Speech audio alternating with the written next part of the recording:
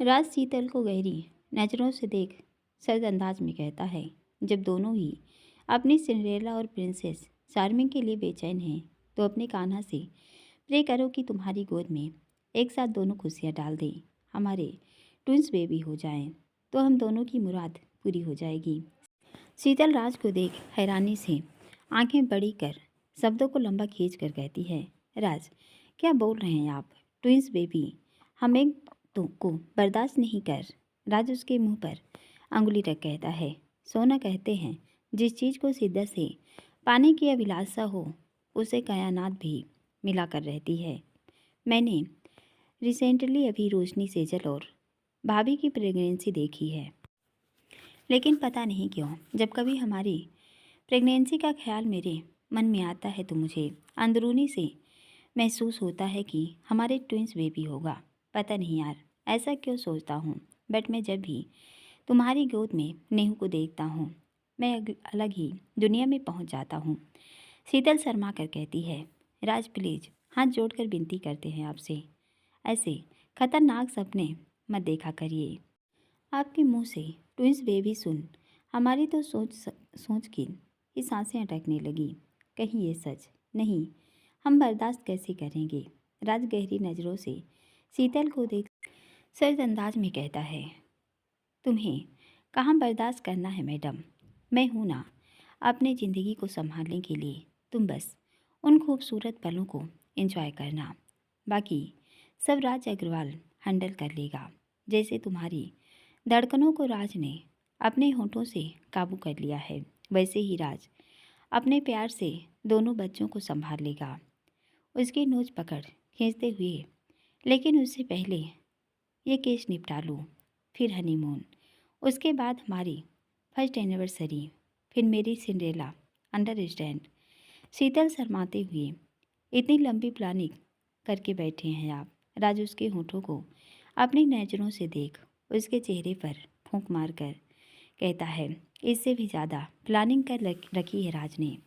तुम बस यूं ही मुस्कुराकर अपने राज को खुश रखो, अपने सपने को जल्दी से पूरा करो, बाकी सब मुझ पर छोड़ दो। मैं अपने आप अपनी सोना की हर ख्वाहिश पूरी कर दूंगा। इतना बोल उसे अपनी तपन भरी नज़रों से देख उसके सुर्ख लबों से अपने दहकते होंठ छुला देता है। अपने सड़ू का इतना मदहोश स्पर्श पाकर शीतल की आंखें बंद होने लगी। मुराज के करीब हो उससे सिमटने लगी। राज के होंठ कभी शीतल के होंठ के ऊपर परत पर, कभी निचली परत, तो बड़े सर्द अंदाज से सकिंग कर रहे थे। एक दूसरे में विलीन होने को आतुर राशि झूले पर ही मदहोश हो बिखरने लगे। बदन पर लिपटे आवरण एक दूसरे की गिरफ्त से आज़ाद होने को मचलने लगे। राज के होठों के प्रहार से शीतल की सिसकियाँ बढ़ने लगी। राज एकदम से उन मदहोश स्वर लहरियों को सुन अपने होंठ को वहीं रोक शीतल को अपनी बाहों में लेकर रूम में आ जाता है। दोनों बेड पर आते ही एक दूसरे की बाहों में सिमट गए। राज शीतल के सीने पर सर रख कहता है, सोना यूं ही रहो मेरे पास, बहुत थकान महसूस हो रही है, तुम्हारी करीबी से सुकून मिल रहा है। प्लीज़ यार थोड़ी देर आंखें बंद कर तुम्हारी खुशबू को भीतर तक उतारना है, ताकि मेरी रात अच्छे से कट सके। सोना चाहता हूँ सोना, अगर तुम आज्ञा दो तो, नहीं तो अपने छुअन से तुम्हारी रूह को सुकून दूँ। शीतल राज के बालों में अंगुलियां चलाते हुई कहती है, हमारी रूह को तो आपकी बाहों में आते ही तृप्त हो गई राज। अब आंखें बंद कर थोड़ी देर सोने की कोशिश करिए, हम आपके सर की मालिश करते हैं, आपके हेडेक नहीं होगा, बल्कि आपको अच्छा लगेगा। राज शीतल को अपनी बाहों में लेकर आंखें बंद करके कहता है, सोना 5 बजे का अलार्म सेट कर देना, मुझे जीजू से अर्जेंटली मिलना है। और हाँ, अभी क्यों मिलना है इस बारे में कोई सवाल नहीं, प्लीज़ बाद में सब बता दूंगा, बट अभी नहीं। शीतल शांत लहजे में कहती है, जी नहीं पूछेंगे, आप सो जाइए। राज शीतल से बात कर थोड़ी देर में ही गहरी नींद में सो गया। रुद्राक्ष मॉल में आरव गाड़ी पार्क कर सौर आश्री के साथ मॉल में आता है। जैसे ही तीनों मॉल में एंटर करते हैं, सौर की नज़र सामने बैठी वर्षा पर पड़ती है। वो आसरी पर नज़र डाल आरो से कहता है, आरो देखिए, आपकी भाभी हमसे पहले पहुंच गई। वर्षा हर काम में परफेक्ट है। इसकी यही खूबी मुझे इसके और करीब कर देती है, वरना आजकल की लड़कियां सिर्फ फैशन और अपनी प्राइवेसी के आगे अपने पति को छोड़ो माँ बाप की नहीं सुनती। लेकिन वर्षा इन सब से अलग है। सौर के मुंह से वर्षा की तारीफ सुन आसरी जल भून कर राख हो गई। सौर उसे बड़े गौर से उसके हाव भाव देख रहा था। वो सधे स्वर में कहता है, आसरी आप आरव के साथ आइए। इतना बोल वर्षा की तरफ बढ़ जल्दी से उसके पास जाकर झट से उसे अपने गले लगा लेता है। वर्षा को उम्मीद नहीं थी कि सौर मॉल में सबके बीच उसे गले लगा लेगा। वह हैरानी से कहती है, सौर क्या कर रहे हो? सौर उसे अपनी बाहों में लेकर कहता है, सबकी परवाह छोड़ चुपचाप मेरा साथ दो वर्षा। आसरी को हमें सही राह दिखानी है। जैसा मैं कर रहा हूँ उससे ज़्यादा रिएक्ट करो। सौर की बात सुन वर्षा आसरी को देखती है, जो गुस्से से उन्हें घूर रही थी। आसरी का गुस्सा भरा चेहरा देख वर्षा भी इतराते हुए सौर की बैग पर हाथ रख उसके गालों को चूम बड़ी अदा से कहती है, डॉक्टर साहब क्या बात है, आज तो मेरी लॉटरी लग गई। जो आपने मुझे बिना बोले शॉपिंग करवाने का सोचा, हाउ रोमांटिक। आप भी ना अपनी हरकतों से हर बार मेरी जान सुखाते हैं। वैसे सौर अभी क्या ज़रूरत थी शॉपिंग की? आपने मुझे पिछले वीक ही अपनी पसंद की इतनी खूबसूरत लाल साड़ी ला कर दी है और आज फिर शॉपिंग। आरव के साथ खड़ी आसरी की मुट्ठियाँ वर्षा की बात सुनकर और उसके सौर के गाल पर किस करने से बुरी तरह भींचने लगी। जहाँ वो दोनों की करीबी से कुड़ रही थी, वहीं वर्षा की बातें आग में घी डालने का काम कर रही थी, जिससे हर पल उसके चेहरे के भाव बदल रहे थे।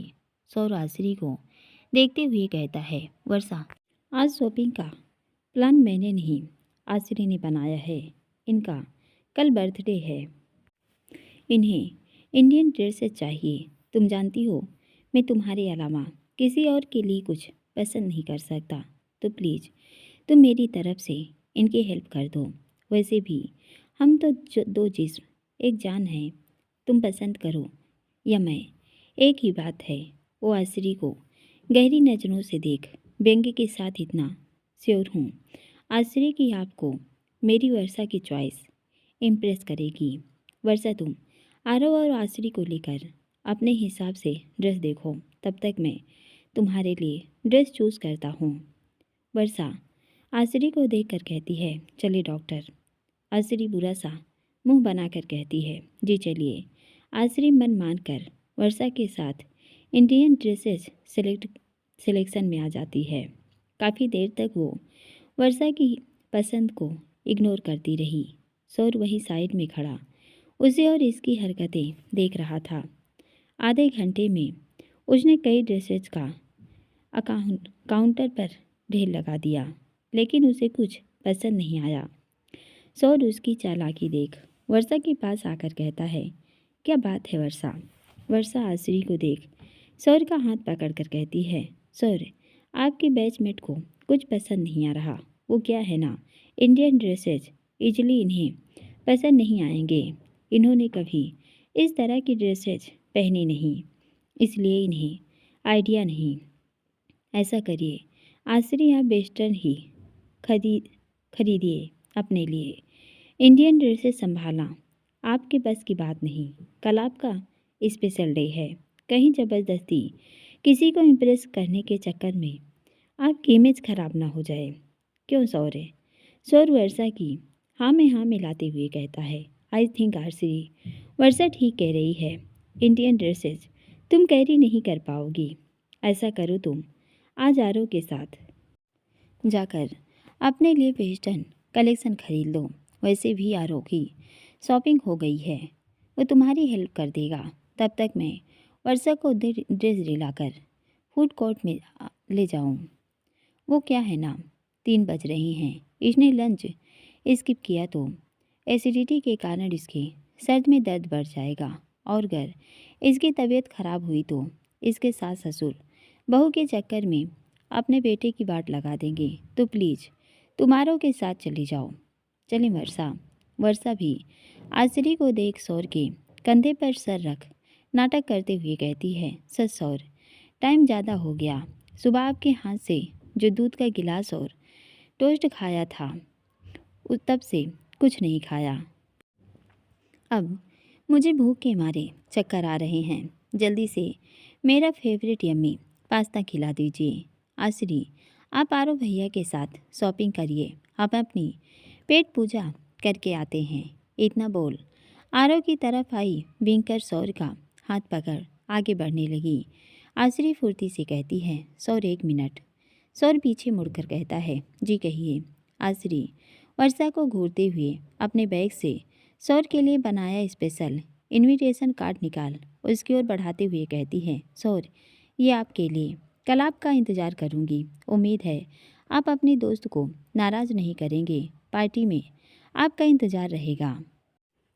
सौर वर्षा को आगे कर कहता है, आश्री डोंट माइंड। वर्षा के होते हुए सौर किसी का निमंत्रण कार्ड हाथ भी नहीं लगाता। ऐसा करो तुम वर्षा को कार्ड दे दो। प्रॉमिस, मैं वर्षा को लेकर जरूर आऊँगा। आश्री इस बार बुरी तरह चिढ़कर कहती है, सौर, ये फैमिली पार्टी नहीं है, सिर्फ कॉलेज फ्रेंड है मेरे, तो तुम अकेले। सौर गहरी आवाज़ में कहता है, वर्षा के बिना सौर कहीं अकेला नहीं जाता। भगवान ने इतना प्यारा हम सफ़र दिया है तो अकेले जाने का प्रश्न ही नहीं उठता। टू बी फ्रैंक, मैं यदि आपकी पार्टी में आया तो वर्षा साथ आएगी मेरे, वरना। आश्री सौर का एक तरफा जवाब सुन तपाक से कहती है, नो प्रॉब्लम सौर। वो गुस्से से वर्षा को 2 कोस की तरफ कार्ड बढ़ाकर कहती है, लीजिए वर्षा जी। वर्षा जैसे ही अपने हाथ बढ़ाती है, आश्री उसे कार्ड पकड़ाते हुए अपने लंबे नाखून वर्षा के हाथों में चुभा देती है, जिससे वर्षा की हल्के से चीख निकल गई। वर्षा की चीख सुन जहां आश्री की सांस अटक गई, वहीं सौर बेचैनी से कहता है, क्या हुआ वर्षा। वर्षा कुछ बोलती उससे पहले ही आश्री अपने चेहरे पर मासूमियत लेकर नौटंकी करते हुए कहती है, सॉरी वर्षा, वो शायद गलती से मेरे नेल्स चुभ गए। I am sorry. सॉरी। वर्षा का हाथ पकड़ देखता है जहां आश्री ने नाखूनों के चुभन से हल्का सा ब्लड निकल रहा था। वो गुस्से में आश्री को घूर कर देखता है और वर्षा के हाथों पर उस हिस्से को अपने होठों से छू कर कहता है, वर्षा, दर्द कम हुआ, अभी इसी से काम चला लो, घर जाकर अच्छे से मरहम लगा दूंगा। डॉक्टर थोड़ा ध्यान रखना था। वर्षा को कोई चोट पहुंचाए सौर से बर्दाश्त नहीं होता, आगे से ध्यान रखना। इतना बोल वर्षा को लेकर फूड कोर्ट की तरफ बढ़ जाता है। सौर के जाते ही आश्री गुस्से में बिफर उठी। वो आरो को देख गुस्से से कहती है, तुम भी जाओ अपने दोस्त के पीछे, मुझे अकेला छोड़ दो, नहीं करनी मुझे कोई शॉपिंग, गो टू हेल। देख लूँगी मैं इस वर्षा को, सौर के सर से कल हमेशा के लिए इसका भूत उतार दूंगी। कल की पार्टी के बाद सौर सिर्फ मेरे होंगे। वो आरो को घूरती हुई वहाँ से पैर पटकती हुई मॉल से चली गई, पर चिंता की लकीरें खिंच गई। वो आश्री की बातों को सुन व्याकुल हो अपने आप से कहता है, अपनी जीत के चलते कहीं कल की पार्टी में ये सौर या भाभी को कोई नुकसान न पहुंचा दे। भाभी के लिए इनके मन में इतनी कड़वाहट भरी है कि ये सौर को पाने के लिए किसी भी हद तक जा सकती है। कहीं ये सबके सामने अपनी जिद और प्यार के चक्कर में भाभी के साथ कुछ गलत कर बैठी तो इनके इरादे ठीक नहीं लग रहे। मुझे इसी वक्त सौर और भाभी से बात करनी होगी। आरो बाहर जाती आश्री को देख फुर्ती से फूड कोर्ट की तरफ भागता है, जहां सौर वर्षा बैठे जूस पी रहे थे। आरो उन दोनों के पास बैठ सौर को आश्री की कई सारी बातें बताता है, जिसे सुन सौर की गुस्से से भवें सिकुड़ गई। वो वर्षा के हाथ को कसकर कहता है, आरो बहुत हुआ, जब घी सीधी उंगली से नहीं निकले तो उंगली टेढ़ी करनी पड़ती है। इतनी बार आपके सामने भी इन्हें समझाया, लेकिन सीधे से इनके दिमाग में हमारी बातें बैठ ही नहीं रही। आज तो इसने वर्षा के साथ इतनी घटिया हरकत भी कर दी जिसे मैंने इग्नोर भी किया। आज मैं चुप रह गया। इसका मतलब ये नहीं कि मैं इसकी बदतमीजी सहता रहूँगा।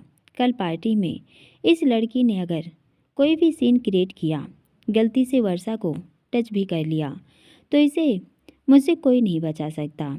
इसे इसके मॉम डैड के सामने ऐसा पाठ पढ़ाऊँगा कि कल सारा किस्सा ही खत्म हो जाएगा। सौर को पहली बार इतने गुस्से में देख वर्षा उसके कंधे पर हाथ रखकर कहती है, शांत रहिए सौर, आप जल्दी डीपली चले गए। मुझे नहीं लगता ये कुछ। सौर वर्षा को देख गंभीर आवाज़ में कहता है, जब किसी का पागलपन, जुनून, जिद ज़रूरत से ज़्यादा उसके सर पर हावी हो जाए तो उसके सोचने समझने की शक्ति खत्म हो जाती है वर्षा। वो उस चीज़ को पाने के लिए कुछ भी कर सकता है। आज सुबह से हमने इसकी हर चाल की काट की है। इसका बिफरना जायज़ है, इसलिए भरोसा नहीं कर सकते इस पर। सौर लंबी सांस लेकर कहता है, आरो इतना टाइम श्योर हूँ, कल या तो इसका जीवन बर्बाद होगा या फिर आबाद। अब इसकी किस्मत इसे कहाँ लेकर जाती है ये तो आने वाला वक्त बताएगा। आरव को देख गंभीर आवाज़ में कहता है, आरव कल मैं इसके साथ यदि स्ट्रिक्ट हुआ तो प्लीज़ मुझे माफ़। आरव उसके हाथ को पकड़कर कहता है, सॉरी कैसी बातें कर रहे हैं आप? मेरा जब कोई रिश्ता ही नहीं तो मुझे कोई फ़र्क नहीं पड़ेगा। वैसे भी एक तरफा मोहब्बत में सिवाय दुख के कुछ हाथ नहीं आता, इसलिए अब मैंने इस बारे में सोचना बंद कर दिया है। आसरी आपके जैसे सिर्फ मेरी दोस्त है, अपनी झूठी शान और आकर्षण में भटक रही है। यदि हमारी कोशिश से ये सही रास्ते पर आ जाए तो मैं हर कदम पर आपके साथ हूँ, क्योंकि हम नहीं चाहते कि इसका फ्यूचर खराब हो। टैलेंटेड डॉक्टर है लेकिन अपने गोल से भ्रमित हो रही है। डोंट वरी, आपको जो सही लगे आप कीजिए। आरव की बात सुन सौर के चेहरे पर सुकून भरी मुस्कान तैर गई। वो वर्षा की तरफ देखकर कहता है, वर्षा तुम्हारा देवर आसरी से सच्चा प्यार करता है, लेकिन आसरी की किस्मत देखो, हीरा छोड़कर शादीशुदा आदमी की जिंदगी के पीछे पागल है। वर्षा आरव को देखकर कहती है, भैया कहते हैं सच्चा प्यार नसीब वालों को ज़रूर मिलता है। आपकी लकीरों में अगर आसरी का साथ लिखा होगा तो देखना बहुत जल्द आपका प्यार मुकम्मल होगा। Faith on God. आरव फीकी हंसी हंसकर कहता है, भाभी सच कहूँ अब मैं झूठी उम्मीदें नहीं पालता। वैसे भी उनकी लिविंग स्टैंडर्ड की मैं बराबरी नहीं कर सकता। इनकी ख्वाहिश मैं पूरी नहीं कर पाऊँगा, इसलिए अब मैंने इन सब के बारे में सोचना बंद कर दिया है। वैसे भी मेरी मम्मा और बहन ने मुझे डॉक्टर बनाने के लिए बहुत संघर्ष किया है। अब उनकी इच्छा पूरी करना मेरा फर्ज है। बस कुछ टाइम और हूँ मैं यहाँ, फिर तो यहाँ से अपने शहर जाना ही है।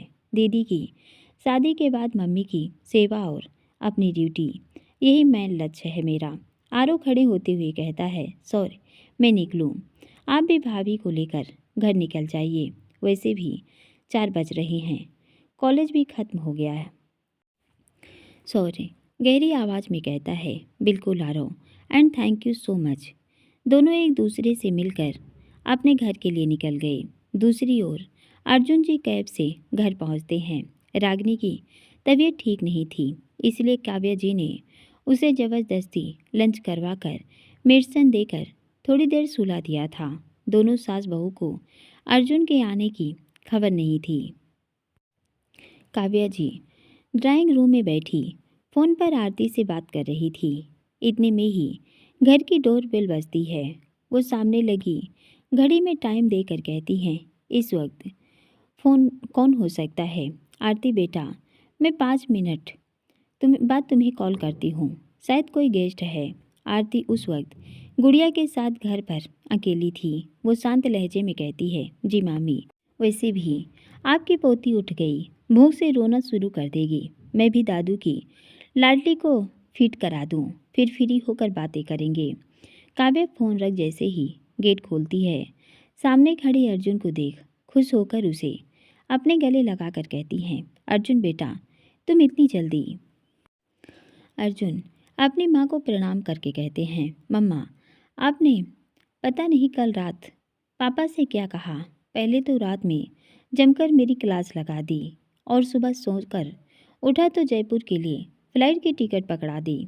अर्जुन की बात सुन काव्या मुस्कुरा कर कहती हैं, सच में तुम्हारे पापा जैसा कोई नहीं अर्जुन, अंदर आओ, फिर आराम से बातें करना। दोनों माँ बेटे अंदर आते हैं।